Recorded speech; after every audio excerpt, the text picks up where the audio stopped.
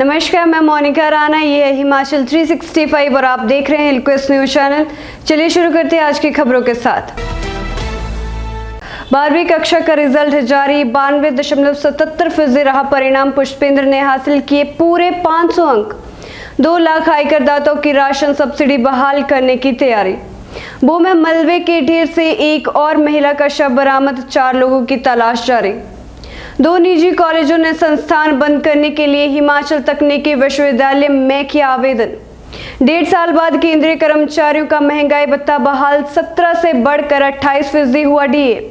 जम्मू कश्मीर में 15 साल से फरार पूर्व आतंकवादी गिरफ्तार, किश्तवाड़ में चढ़ा हत्थे।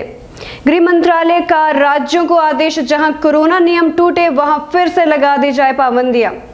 बीएसएफ ने पाकिस्तान क्षेत्र में धकेला, भारतीय सीमा में घुसा ड्रोन, सैनिकों ने चलाई गोली। पीयूष गोयल राज्यसभा के नेता होंगे, बीजेपी ने की नियुक्ति। चीन को भारी पड़ी पाक की दोस्ती, आतंकियों ने चीनी नागरिकों से भरी बस को उड़ाया, 13 लोगों की मौत। अब खबरें विस्तार से। 12वीं कक्षा का रिजल्ट जारी, 92.77% रहा परिणाम। पुष्पेंद्र ने हासिल किए पूरे 500 अंक। हिमाचल प्रदेश स्कूल शिक्षा बोर्ड ने 8 मापदंडों के आधार पर 12वीं कक्षा का वार्षिक परीक्षा परिणाम जारी किया है।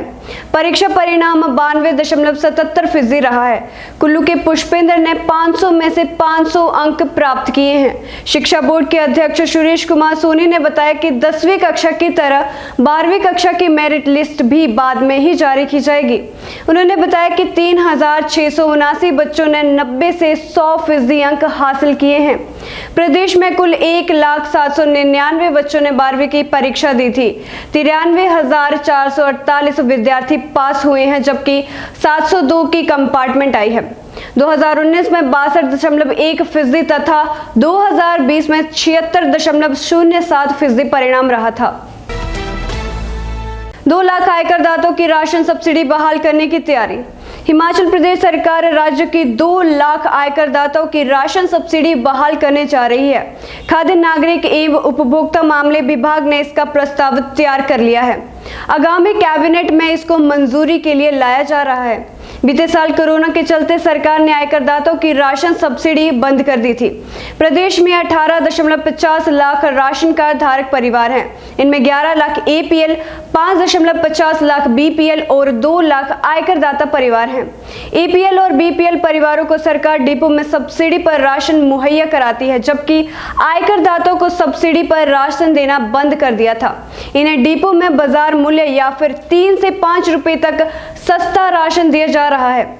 निगम ने बीते साल डिपो में राशन कार्ड उपभोक्ताओं से फॉर्म भरवाए थे। जो लोग टैक्स देते हैं और जो नहीं देते हैं, उन उपभोक्ताओं से लिखकर जानकारी ली थी। खाद्य नागरिक एवं उपभोक्ता मामले मंत्री राजेंद्र गर्ग ने बताया कि आयकरदाताओं की सब्सिडी बहाल करने पर विचार चल रहा है। बो में मलबे के ढेर से एक और महिला का शव बरामद, 4 लोगों की तलाश जारी। कांगड़ा जिले के शाहपुर उपमंडल की बो घाटी हादसे में मलबे के नीचे दबे लोगों में से आज एक और महिला का शव बरामद हुआ है। आज 45 वर्षीय कंचना देवी पत्नी मेघनाथ का शव निकाला गया है। उपायुक्त कांगड़ा डॉक्टर निपुण जिंदल ने बताया कि इस हादसे में अब तक 6 लोगों के शव बरामद हो चुके हैं। राहत कार्य आज तीसरे दिन भी जारी है तथा अब 4 लोग अभी भी मलबे के ढेर में दबे पड़े हैं। गौरतलब है कि बीते इससे पूर्व सोमवार को मृतकों में 41 वर्षीय मस्तो देवी पत्नी भीमसेन का शव बरामद किया गया था, जबकि मंगलवार को 4 लोगों में 21 वर्षीय ममता पुत्री भीमसेन, 15 वर्षीय कार्तिक पुत्र भीमसेन, 60 वर्षीय शकुंतला देवी पत्नी प्रकाश चंद तथा 30 वर्षीय शिव प्रसाद पुत्र सुभाष चंद के शव बरामद किए गए थे। 2 निजी कॉलेजों ने संस्थान बंद करने के लिए हिमाचल तकनीकी विश्वविद्यालय में किया आवेदन। हिमाचल प्रदेश के युवाओं में इंजीनियरिंग की पढ़ाई के प्रति रुझान घटता जा रहा है। इस साल और 2 निजी कॉलेजों के प्रबंधकों ने अपने महाविद्यालय बंद करने के लिए तकनीकी विश्वविद्यालय में आवेदन कर दिया है। इनमें एक मंडी जिले का सरडा कॉलेज है, जबकि दूसरा बिलासपुर जिले के चांदपुर का शिवा कॉलेज। इससे पहले भी प्रदेश के 3 इंजीनियरिंग कॉलेज बंद हो चुके हैं। इसमें 2 हमीरपुर के निजी कॉलेज शामिल हैं। इनमें बणी का MIT और टिप्पर का इंजीनियरिंग कॉलेज शामिल है। शिमला का विल्स महाविद्यालय भी बंद होने वाले कॉलेजों में शामिल है। ये सभी महाविद्यालय हिमाचल प्रदेश तकनीकी विश्वविद्यालय हमीरपुर से संबद्धता प्राप्त थे। 1.5 साल बाद केंद्रीय कर्मचारियों का महंगाई भत्ता बहाल, 17 से बढ़कर 28% हुआ डीए। लाखों केंद्रीय कर्मचारियों के लिए आज का दिन बेहद खास है। ऐसा इसलिए क्योंकि केंद्रीय कैबिनेट की बैठक में आज बड़ा फैसला लिया गया है। केंद्रीय कर्मचारियों के महंगाई भत्ते पर लगी रोक हटा दी गई है। केंद्रीय मंत्री अनुराग ठाकुर ने ऐलान किया कि कर्मचारियों के महंगाई भत्ते में 11% की बढ़ोतरी हुई। यह बढ़ोतरी 1 जुलाई 2021 से लागू होगी। जनवरी 2020 में केंद्रीय कर्मचारियों का डीए 4% बढ़ा था। इसके बाद दूसरी छमाही यानी जून 2020 में इसमें 3% का इजाफा हुआ। जनवरी 2021 में यह 4% और बढ़ा था। इस तरह डीए 17% से बढ़कर 28% होने से कर्मचारियों को लाभ होगा। हालांकि सरकार ने पिछले साल जनवरी से ही इसमें रोक लगा दी थी। अब 1.5 साल बाद तीनों किश्तों पर लगी रोक हटा दी गई है। जम्मू कश्मीर में 15 साल से फरार पूर्व आतंकवादी गिरफ्तार, किश्तवाड़ में चढ़ा हत्थे। जम्मू कश्मीर पुलिस ने पिछले 15 वर्षों से फरार चल रहे एक पूर्व आतंकवादी को किश्तवाड़ जिले से गिरफ्तार किया है। किश्तवाड़ के वरिष्ठ पुलिस अधीक्षक शफाकत हुसैन बट ने बुधवार को यह जानकारी दी। श्री बट ने बताया कि गिरफ्तार किए गए व्यक्ति की पहचान जम्मू कश्मीर के पहलगाम निवासी गुलाम हसन के रूप में हुई है, जो विभिन्न मामलों में वांछित है और उसके खिलाफ चट्रू थाना में मामले दर्ज हैं। खुफिया सूचना मिलने के बाद पुलिस उप अधीक्षक देवेंद्र सिंह बंदराल की निगरानी में निरीक्षक संदीप सिंह के नेतृत्व में एक विशेष पुलिस टीम का गठन किया गया और संदिग्ध ठिकानों पर छापे मारकर पूर्व आतंकवादी को गिरफ्तार कर लिया गया। गृह मंत्रालय का राज्यों को आदेश, जहां कोरोना नियम टूटे वहां फिर से लगा दी जाए पाबंदियां। कोरोना की दूसरी लहर कमजोर होने और पाबंदियों में ढील के बाद लोग फिर से बाहर निकलने लगे हैं। बाजारों और पर्यटन स्थलों में भीड़ उमड़ रही है। मास्क और सोशल डिस्टेंसिंग जैसे नियमों की भी धज्जियां उड़ाई जा रही हैं। केंद्र सरकार और खुद प्रधानमंत्री की ओर से अपील किए जाने के बाद भी कुछ खास फर्क नहीं पड़ा है। ऐसे में अब गृह मंत्रालय ने सभी राज्यों और केंद्र शासित प्रदेशों को भीड़ बढ़ने पर लॉकडाउन लगाने का निर्देश जारी किया है। गृह सचिव अजय भल्ला ने राज्य सरकारों को पत्र जारी कर पाबंदियां लगाने के लिए कहा है। पत्र में कहा गया है कि जिन स्थानों पर कोरोना नियमों का पालन नहीं किया जा रहा है वहां फिर से लॉकडाउन लगा दिया जाए। पत्र में पहाड़ों पर अब पर्यटकों की भीड़ का भी जिक्र किया गया है। 19 जून को गृह मंत्रालय ने एक्टिव केसों में गिरावट के साथ राज्यों और केंद्र शासित प्रदेशों को धीरे धीरे गतिविधियां शुरू करने की इजाजत दी है। हालांकि प्रतिबंधों में छूट सावधानी पूर्वक देने की बात कही गई है।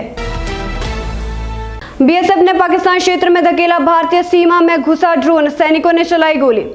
सीमा सुरक्षा बल बीएसएफ के सतर्क जवानों ने जम्मू जिला में अंतर्राष्ट्रीय सीमा लगे अर्निया सेक्टर में देखे गए ड्रोन पर गोली चलाकर उसे वापस पाकिस्तानी क्षेत्र में धकेल दिया। बीएसएफ के एक वरिष्ठ अधिकारी ने बुधवार को बताया कि सैनिकों ने भारतीय सीमा में 200 मीटर की ऊंचाई पर मंगलवार रात करीब 10 बजे अर्निया सेक्टर में टिमटिमाती लाल लाइट देखी। उन्होंने कहा कि सतर्क सैनिकों ने टिमटिमाती रोशनी की और गोली चलाई, जिसके बाद वो वस्तु पाकिस्तानी सीमा में वापस लौट गई। उन्होंने कहा कि इलाके की तलाशी ली जा रही है, लेकिन अभी भी कुछ नहीं मिला है। जम्मू पुलिस ने रविवार को ड्रोन की आवाजाही पर नजर रखने और हथियारों, मादक पदार्थों की खेप को कश्मीरी घाटी पहुंचाने वाले एक आतंकवादी को गिरफ्तार किया है। पिछले महीने जम्मू में भारतीय वायुसेना IAF स्टेशन पर संदिग्ध ड्रोन हमले के बाद जम्मू जिले में ड्रोन की गतिविधियां बढ़ गई हैं। पीयूष गोयल राज्यसभा के नेता होंगे, बीजेपी ने की नियुक्ति। पीयूष गोयल राज्यसभा में भारतीय जनता पार्टी बीजेपी संसदीय दल के सदन के नेता होंगे।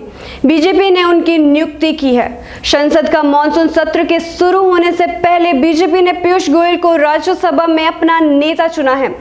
थावरचंद गहलोत को कर्नाटक का राज्यपाल बनाए जाने के बाद से राज्यसभा में बीजेपी का यह पद खाली था। राज्यसभा में पीयूष गोयल की सीट पीएम मोदी के साथ होगी।